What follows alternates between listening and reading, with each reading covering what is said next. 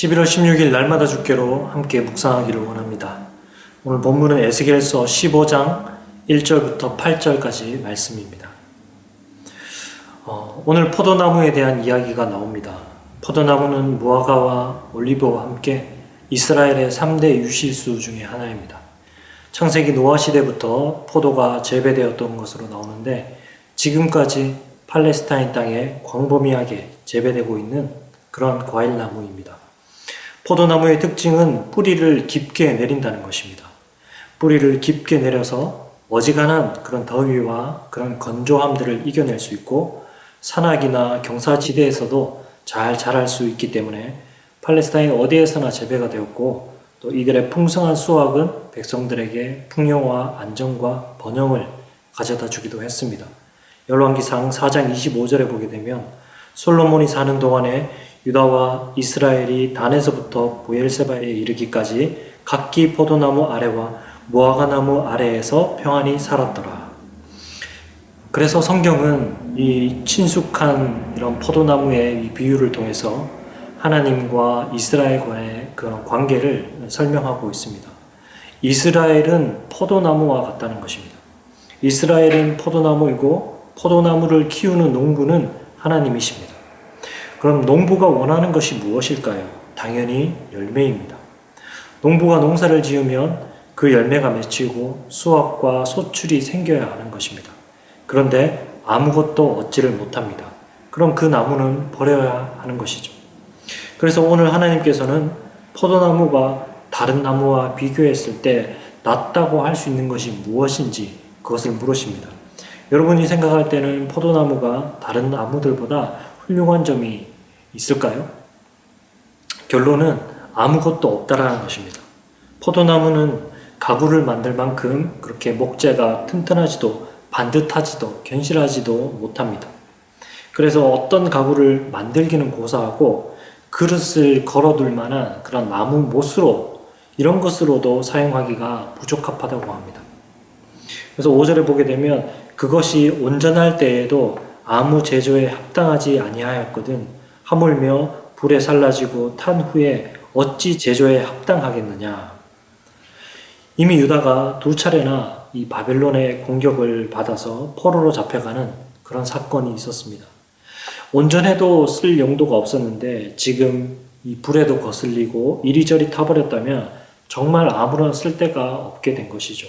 이처럼 아무 쓸모 없어진 이런 나무는 땔감으로 아궁이에 버려지듯이 이 유다는 하나님의 심판을 받아서 그렇게 버려질 것들을 말씀하고 있습니다. 그러므로 이 포도나무는 정말 이 열매로만 그 가치를 평가받습니다. 포도나무는 그야말로 이 열매를 내는 것 외에는 아무런 가치가 없습니다. 오직 열매를 위해서 존재하는 나무입니다. 한 해 동안 농부가 열심히 포도나무를 가꿉니다. 시시때때로 거름과 필요한 모든 것들을 공급해주고 물을 줍니다.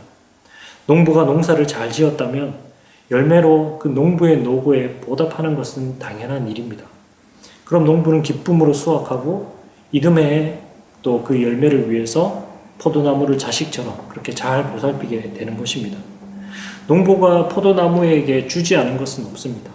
탁월한 농부가 그의 모든 노력을 다해 그 포도나무를 키웠습니다. 그런데 아무런 열매를 맺지 못한 것입니다. 심지어 이것을 관상용으로 사용하려고 보니 그것조차도 적합하지 않은 그런 나무인 것입니다. 이것은 계약 위반과도 다름없는 것입니다. 계약을 위반하게 되면 그에 따른 체벌이 따릅니다. 여호와께서도 예언자들을 통해서 수차례 많이 경고하셨습니다. 이사야 5장 3절부터 5절까지 보게 되면 예루살렘 주민과 유다 사람들아 구하노니 이제 나와 내 포도원 사이에서 사리를 판단하라.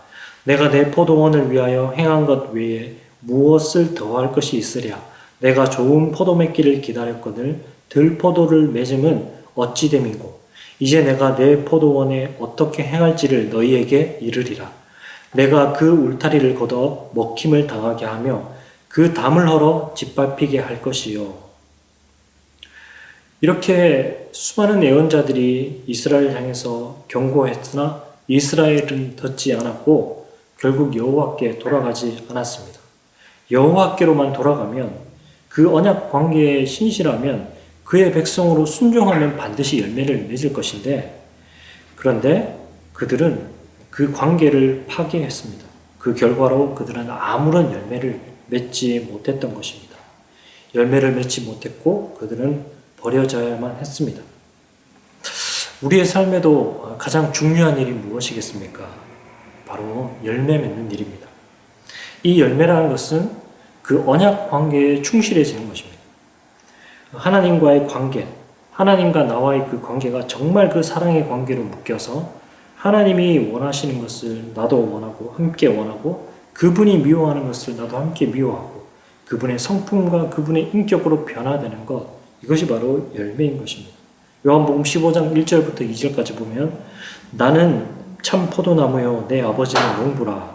무릇 내게 붙어 있어 열매를 맺지 아니하는 가지는 아버지께서 그것을 제거해 버리시고, 무릇 열매를 맺는 가지는 더 열매를 맺게 하려 하여 그것을 깨끗하게 하시느니라.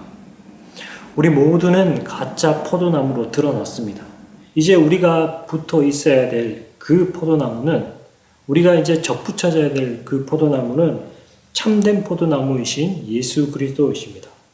이 그리스도 안에 거하며 풍성한 열매를 맺는 그러한 성도님 되시기를 소망합니다.